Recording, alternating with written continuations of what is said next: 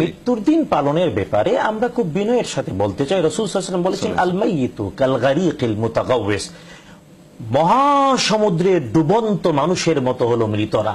তাই মৃতদের জন্য প্রতি মুহূর্তে দোয়া করতে হয়।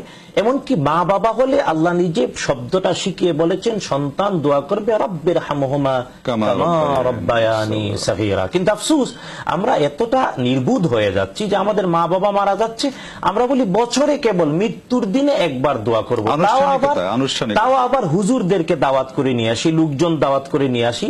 লোকজন বা হুজুর, এটা কথাটা কঠিন কিন্তু বাস্তবতা হলো যে হুজুর যখন দোয়া করে বলে রব্বির হামহুমা কামা রব্বায়ানি সগীরা, হুজুর কিন্তু নিজের মা বাবার জন্য দোয়া করছে। যিনি আমি টাকা দিচ্ছি, আমি খাওয়াচ্ছি, আমার মা বাবার জন্য কিন্তু এই শব্দে দোয়া হচ্ছে না। হয়তো একবার বলছেন সাহেবে দাওয়াত, এটা বলছেন, কিন্তু বাস্তবতা যেটা আপনি বললেন, বাস্তবতা এই জন্য দোয়াটা কিনা যায় না, দোয়াটা বিক্রিও করা যায় না। তাই নিজেই প্রতি মুহূর্তে নিজের স্বজনদের ভিতরের অনুভূতিটা আল্লাহর কাছে সরাসরি বলে, দোয়া মানেই আত্মার কথা, হৃদয়ের কথা।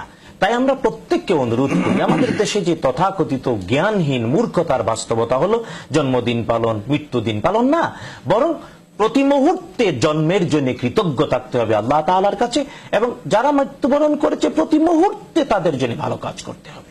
জি, চমৎকার ভাবে আপনি বলেছেন। আশা করছি আমাদের দর্শক শ্রোতা যারা এতক্ষণ আমাদের সাথে ছিলেন, আশা করছি যে সর্বশেষ যে পয়েন্টে আমরা আলোচনা করলাম, অত্যন্ত জীবন ঘনিষ্ঠ একটা বিষয়, এটা নিয়ে আমরা অনেক সময় কেউ কেউ বাড়াবাড়িও করে থাকে, এটা ভুল বোঝাবুঝি হয়।